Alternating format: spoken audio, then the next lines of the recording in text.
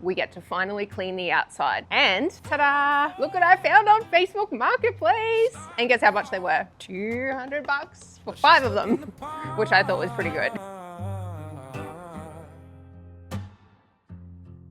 Tires are slightly bigger as well, but it's still going to be road legal. These are genuine LandCruiser 200 series wheels that we found. They are in really good condition. So I'm going to give them a really good clean up, give them a good degrease, and see how good they come up.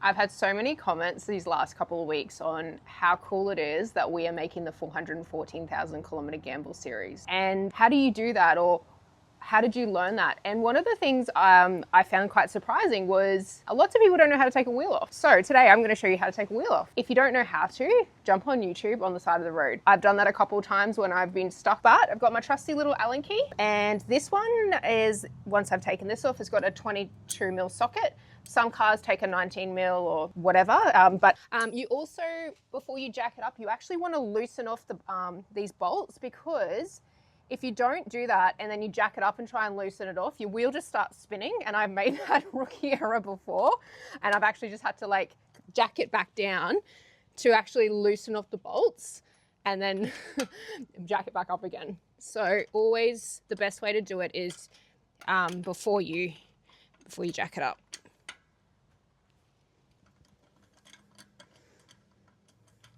So as you can see, I'm just loosening these all off. I'm not taking them all off completely. They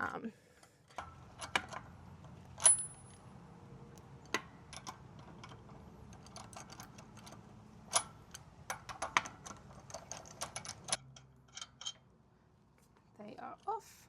The wheel will just sit there, so don't stress too much about that. Everyone has a little bit of a different technique. This is the way I like to do it.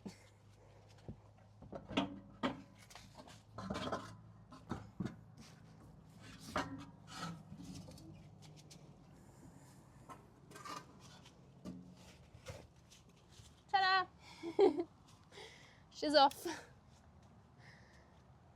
Okay. Obviously, if you're on the side of the road, don't let it roll on the road when you take it off.